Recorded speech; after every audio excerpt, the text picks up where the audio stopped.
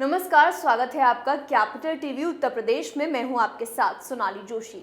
UP के चुनाव में अब ज्यादा समय नहीं बचा है। इसके चलते हर पार्टी अपनी रणनीति बना रही है। कोई अपने कामों के जरिए लोगों का दिल जीतने में लगा है, तो कहीं कुछ ऐसे भी लोग हैं जो सिर्फ दूसरों पर उंगली उठाना जानते हैं। जी हां, हम बात कर रहे हैं अखिलेश यादव की।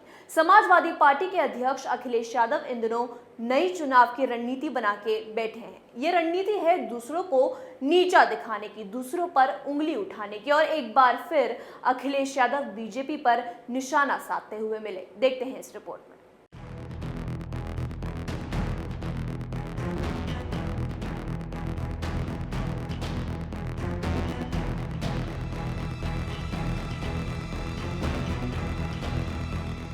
समाजवादी पार्टी के अध्यक्ष अखिलेश यादव ने सीएम योगी आदित्यनाथ पर झूठ बोलने का अब आरोप लगाते हुए दावा किया कि उत्तर प्रदेश को योगी सरकार नहीं बल्कि योग्य सरकार चाहिए। अखिलेश ने कहा कि बीजेपी सरकार के पास कोई काम नहीं है। बीजेपी सरकार सब नाम बदलना, रंग बदलना, नेम प्लेट बदलवाना, स्टूल पर बिठाना, होर्डिंग लगवाना, गंगा जल छिड़कवाना, कार पलटवाना, फोटो हटवाना और गड्ढों की जगह जेब भरना जानती है। उन्होंने कहा कि ये मिलावट वाले, झूठ बोलने वाले, धुआं उड़ाने वाले और टायर चढ़ाने वाले लोग हैं और जनता इनसे बहुत नाराज है। उत्तर प्रदेश को एक योग्य सरकार चाहिए, योगी सरकार नहीं। पेट्रोल, डीजल और रसोई गैस की महंगाई पर सरकार को घेरते हुए सपा अध्यक्ष ने कहा कि बीजेपी को ये बताना चाहिए कि लखनऊ के साथ साथ कई जगह पेट्रोल की कीमतें 100 रुपए प्रति लीटर को क्यों पार कर गई। जनता को हर चीज महंगी खरीदनी पड़ रही है। इतना ही नहीं, अखिलेश यादव ने आगे कहा कि हंगर इंडेक्स में भारत की मौजूदा स्थिति का जिक्र करते हुए उत्तर प्रदेश के पूर्व मुख्यमंत्री ने कहा कि जो भारत आगे बढ़ रहा था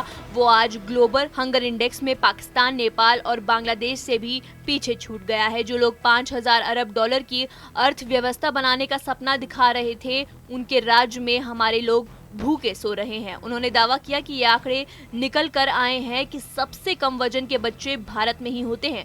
सबसे ज्यादा कुपोषित बच्चे अगर कहीं हैं तो उत्तर प्रदेश में हैं। ये आंकड़े इसलिए हैं क्योंकि बीजेपी के लोग गलत रास्ते पर चल रहे हैं। ये वही सरकार है जिसने कहा था कि हम खाने का इंतजाम अच्छा करेंगे। ग्लोबल हंगर इंडेक्स में 116 देशों में से भारत की रैंकिंग गिरकर 101 हो गई है। 2020 में भारत 94 पायदान पर था। ताजा आंकड़ों में पाकिस्तान, बांग्लादेश और नेपाल जैसे पड़ोसी देशों से भारत पीछे हो गया है। अखिलेश ने जाति जनगणना कराने की मांग दोहराई और कहा कि एक समय कांग्रेस केंद्र सरकार थी, तब भी नेताजी लालू प्रसाद यादव और शरद यादव ने जाति जनगणना कराने की मांग की थी। उत्तर प्रदेश विधानसभा उपाध्यक्ष के चुनाव में बीजेपी का सपा विधायक नितिन अग्रवाल को उम्मीदवार बनाए जाने के सवाल पर उन्होंने तंज कसते हुए कहा कि बीजेपी जिस प्रत्याशी को खड़ा कर रही है वो किस पार्टी के सदन में सदस्य है। इतना ही नहीं, उन्होंने आरोप लगाया कि बीजेपी के 4.5 साल की सरकार में कोई काम नहीं हुआ और बच्चों की पूरी पढ़ाई बर्बाद कर दी। आज पढ़ाई का कोई इंतजाम नहीं है। जो नौजवान पढ़ लिख गया उसके भविष्य की चिंता न हो तो ये सरकार में कैसे रह सकते हैं।